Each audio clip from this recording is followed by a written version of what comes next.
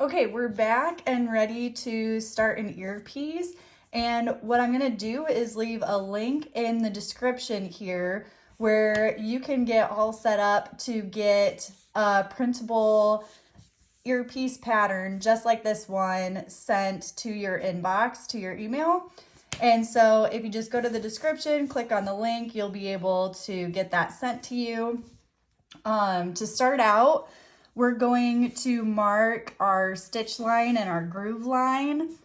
And so I'm going to, usually what I do, I probably start it where this oval is. If you look dead center at the oval, I think I probably start about a 1/2 inch left of center. And that's where I just have this rounded stylus tool. And so I just mark it like that to make a straight line from the top to the bottom, not all the way to the edge. And then I'm going to measure and mark from this line to my next one is gonna be, let me slide it over here so you can see it, 8.5 inches. So I'm gonna mark another straight line with this rounded stylus. These two lines should be 8.5 inches apart. And then I'm ready for my groover, and I have this guy set at 1/8 of an inch from the edge here. I'm gonna go ahead and groove this. And I know, I've heard that a lot of people have trouble getting the hang of using a groover. If you really don't like this tool or have been struggling with this tool, don't be afraid to just get a good wing divider and use that to mark your stitch line instead. Okay, now we're gonna groove the other side.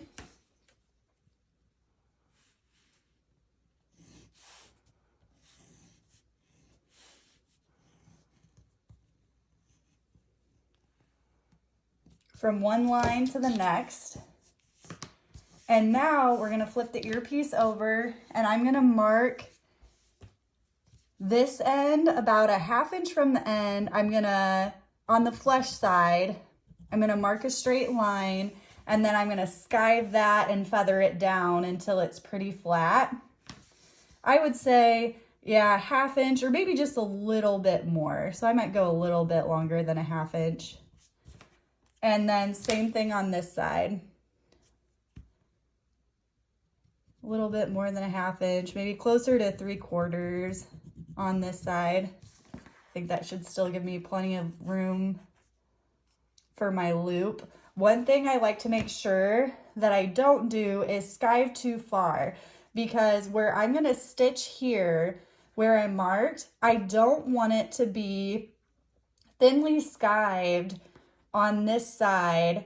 I want it to be nice thick leather on both sides so there's not any real weak spots. So I like to make sure that my skive ends up being past where I'm gonna stitch, so I'm sewing together two strong thick pieces of leather. And now we'll head over to the skive table.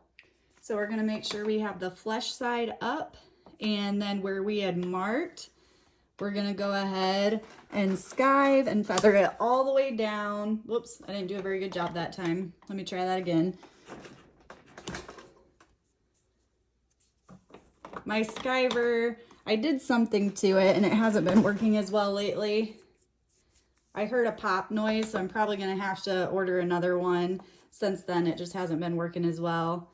We're gonna skive it down nice and thin right here. And then do the same thing on the other side where I'd marked it.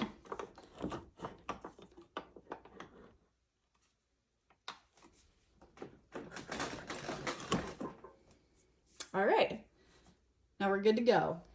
All right, now that we've got this skived, I'm just gonna quick trim off these loose fibers over here with my round knife. And then, well, maybe, there we go. And then I'm going to dab a little bit of glue where we skived over here.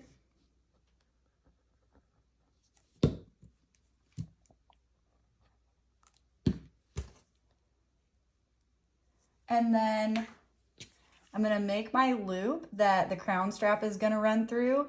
But remember, I don't like where my stitch line is marked right here. I want my skiving to go beyond that a little bit because obviously I need the loop to be big enough for my crown strap, but I don't want it to be in the thinning areas. So it stays nice and strong and has really good integrity. So anyway, I made sure that my stitch line was a little bit past where I skived, and then I'm gonna go ahead and make sure the edges are flush. And then I'm gonna clamp this down and let the glue dry on this side for a little while. I'm gonna do the same thing on this side. I'm gonna dab glue here.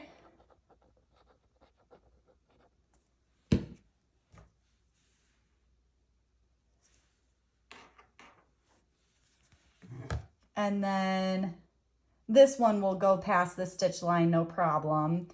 I usually end up ending it somewhere close to the far end of the oval here. And what I do is I just pinch it where my stitch line is to make sure, I can usually eyeball it now, but to make sure that my loop is big enough for where my crown piece needs to run through, might move it up just a tad. So yeah, that looks pretty good. Maybe a little bit more. I'm gonna actually add some more glue now. Just make sure it's nice and secure. Get it spread around there.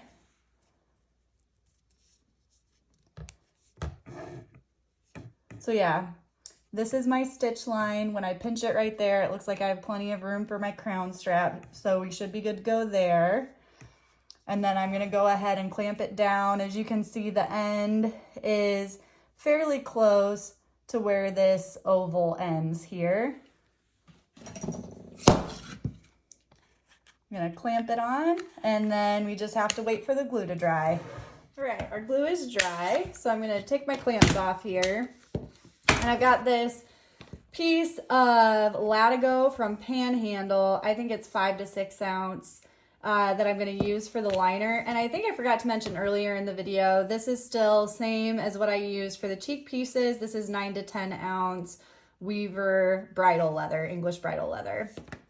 And so what I'm going to do here is, this is a little long, so I'm going to trim it up. I'm going to make sure that I have it past the stitch line on both sides. Remember, we have these two lines marked 8.5 inches apart.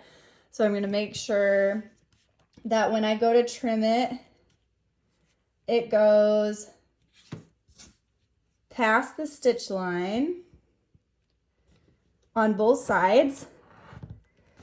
And then I'm gonna skive it just a little bit. I'll probably mark it, I don't know, what's this? Maybe a 1/4 of an inch, 1/4 to 1/2 inch from the end. And I'm gonna feather it down and skive it just right here on the end. All right, I've got this skived, so I'm gonna come in here and trim these loose fibers off.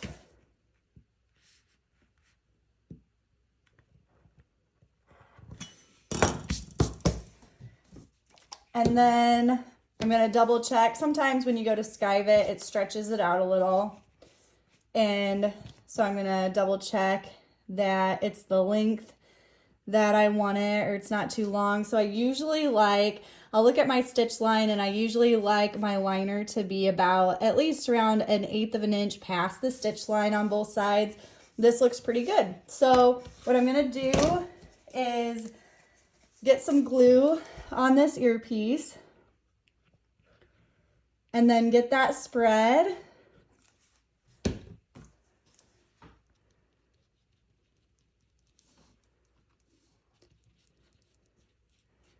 So I'm gonna get some glue on here and then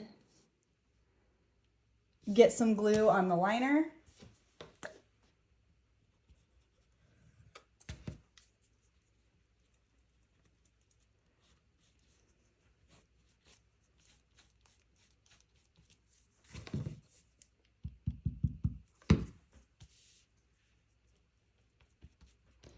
And now we're gonna glue these together.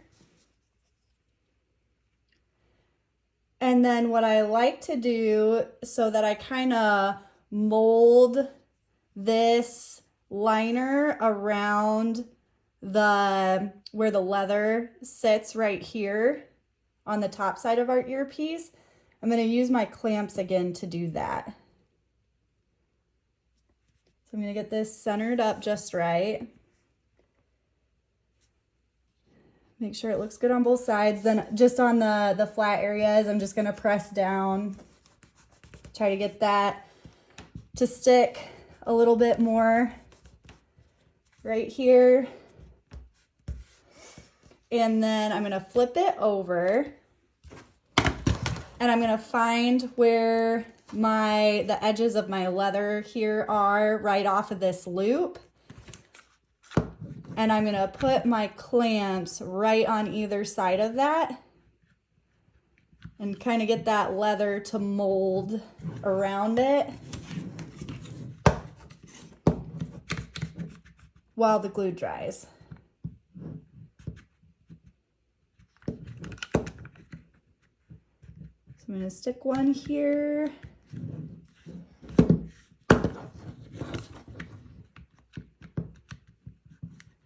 And over here. And then I can feel right about here is where that ends. And so I'm going to get one more clamp.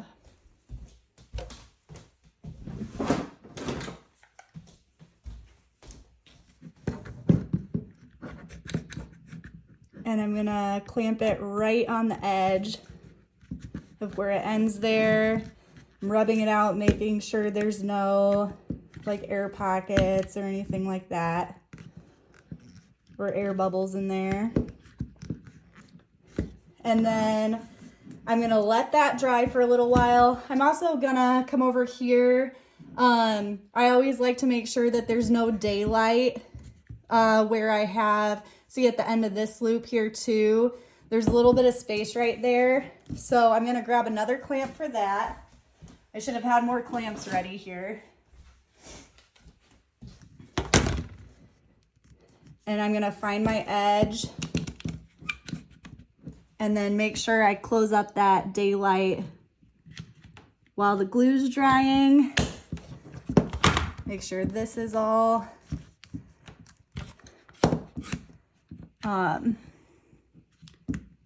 nice and glued down. All right, now we're just gonna let it sit and dry for a little while, and then we'll be ready to stitch. All right, my glue dried, so I popped my clamps off and I brought this earpiece over to the sewing machine. I like to start right here when I start sewing. The reason for that is I'm just picky, and where I burn off the ends, I like it to be covered up by the concho. So it just keeps my work nice and clean. So I'm just holding the ends of my threads nice and taut here for the first few stitches. And in this area, you're probably going to want to move slow because remember, it's not a flat surface. So underneath, it kind of goes up and down. So you want to make sure you travel nice and slow so you're able to hit your lines. Since it'll be a little bit more difficult when you're not working on a super flat surface.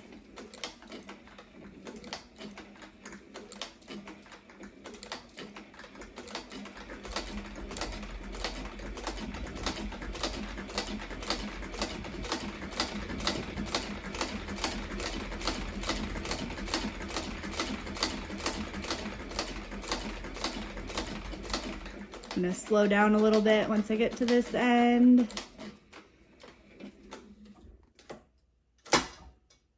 Gonna adjust the length of my stitch manually a little bit here.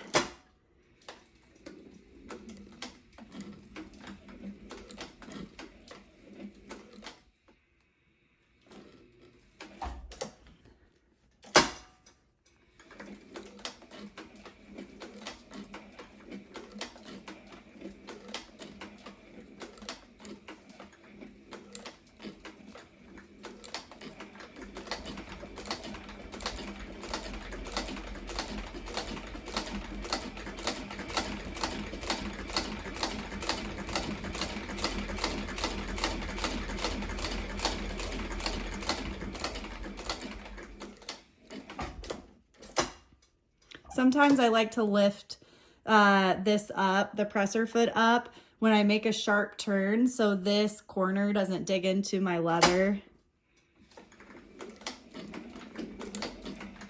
and leave a bad mark.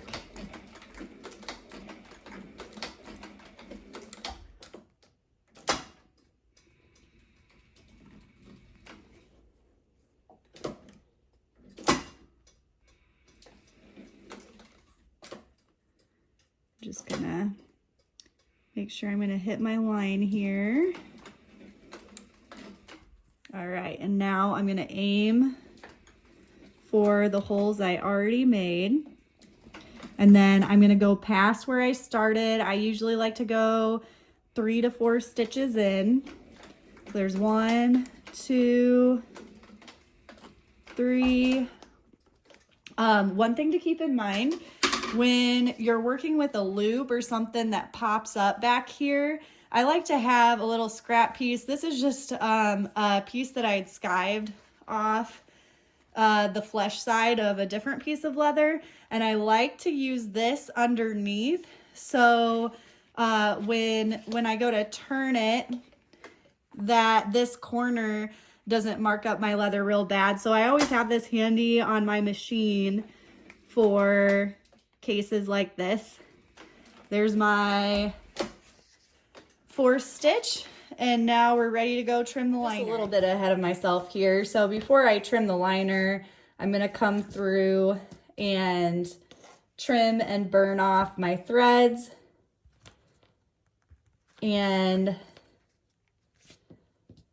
so I like to trim these a little bit long. If you watch the cheek piece video, you saw that I really love this doohickey. It's an electric lighter, and it just makes it really easy to burn these off without scorching the leather. So if you trim it a little bit long, it just makes that easier. Really like this guy. It's been super handy.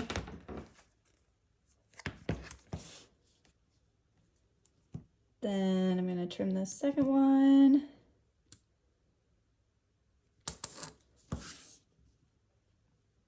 Maybe it kind of frayed, so I'm just trying to get it all in there. There we go.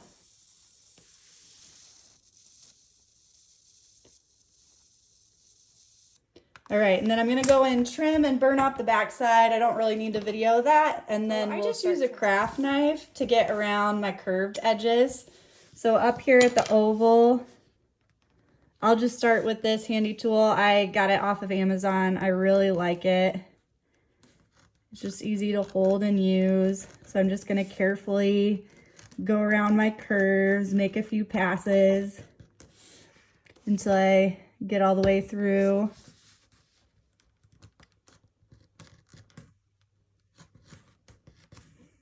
A lot of times what I'll do is after I get a cut started, then I'll go in from the bottom and carefully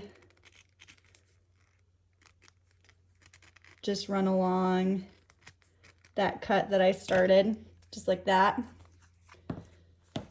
Now we're gonna do the other side.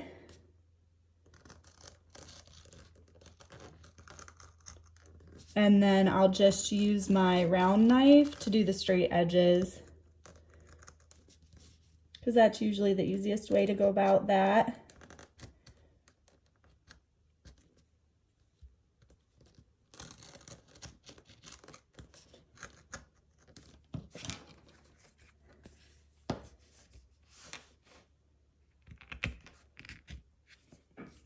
Okay. Got my cut started, so I'm gonna come up from underneath, just slowly and carefully follow that cut I've already made. There we go.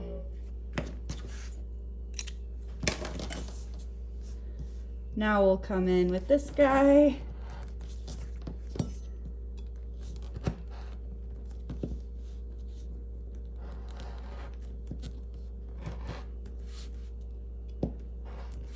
Get those straight edges off.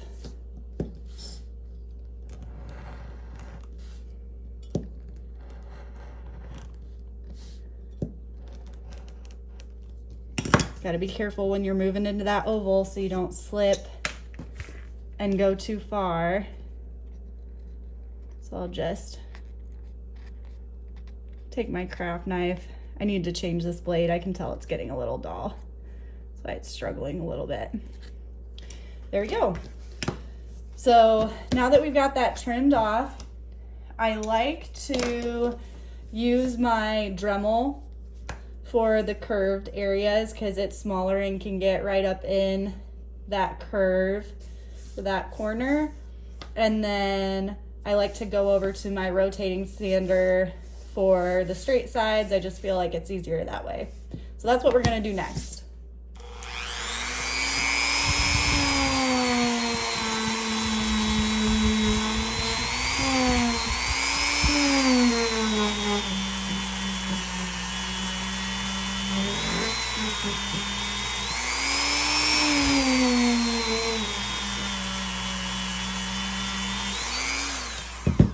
So you want to be careful when you're using the Dremel so it doesn't slip out of your hand and nick something you don't want it to nick.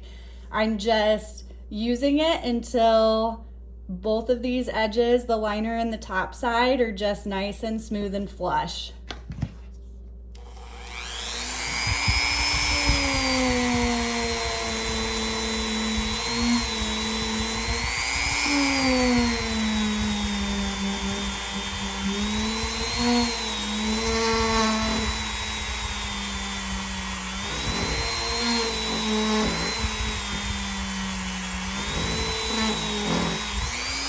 All right, that looks good. So now we're gonna, just because it's easier, we're gonna move over to the rotating sander for the straight edge.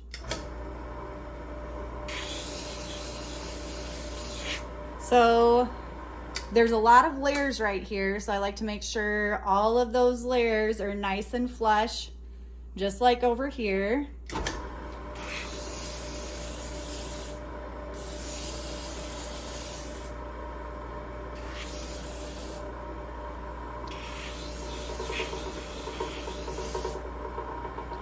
You can see that all right.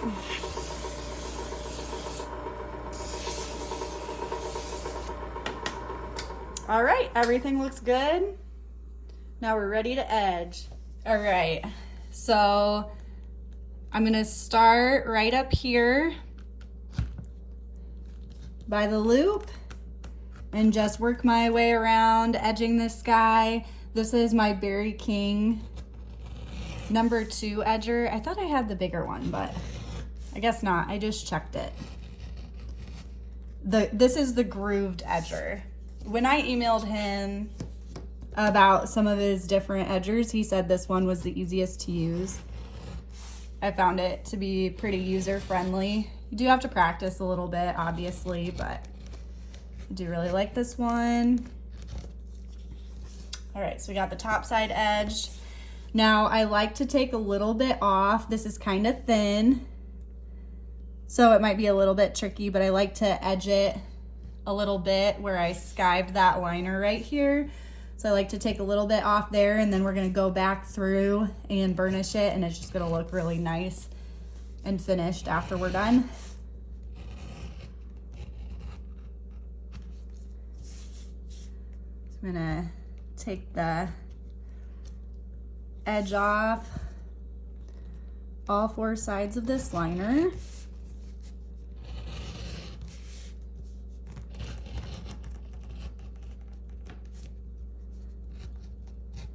This is a cool part because then it starts to look really nice and professional. Looks like I kind of missed a spot here with the sander. I must have made a couple of little slices or cuts with my craft knife. So I'm gonna come back in here with a really small pointy pair of scissors and snip that off, and then I might resand it a little bit. I found my scissors. Let's come back in here, kind of trim that up a bit, and then hit that up with the Dremel. See if we can't clean up that edge a little bit better.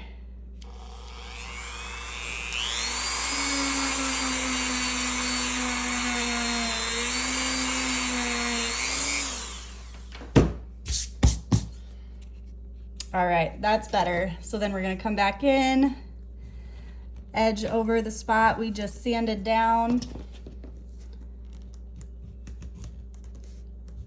And then we're ready to roll with the burnishing. I love my Martin's mix. I've got half Martin's mix, half water in here. Shake that up. And then I'm gonna get all my edges, apply it pretty liberally to my edges. And then my process isn't fancy. Just takes a little bit of elbow grease and a little piece of canvas cloth. Just always like how it turns out better this way. There's so many other ways to burnish an edge. This is just what I've ended up liking the best so far. Shout out to, I think it was Fiddlehead Leather, that shared her love for Martin's mix with me, and I've been using it ever since. So I always like to get in there, create that friction until the edge you're working on looks glossy and smooth. Can you see that? Probably burn this off a little bit. It popped out a little, so take the lighter back to that as soon as I get the chance. But I just want my edges to look really pretty and shiny. I don't paint my edges. A lot of people like to. I guess it would depend. I have done it on a couple of projects before. I know it's not, if you're burnishing your edges well, it's not a functional thing. It's more of a looks thing. And I don't know why, I just kind of prefer my edges like this. So that's what I do. But if you prefer to paint your edges, there's nothing wrong with that.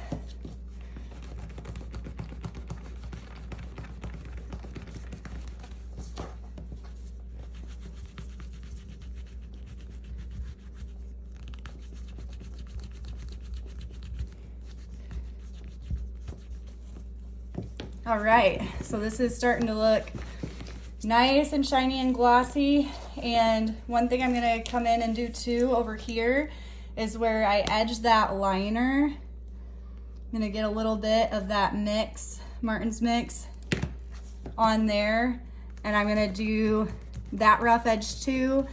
It's gonna make that look nice and finished and glossy. I'm gonna do that on both ends over here.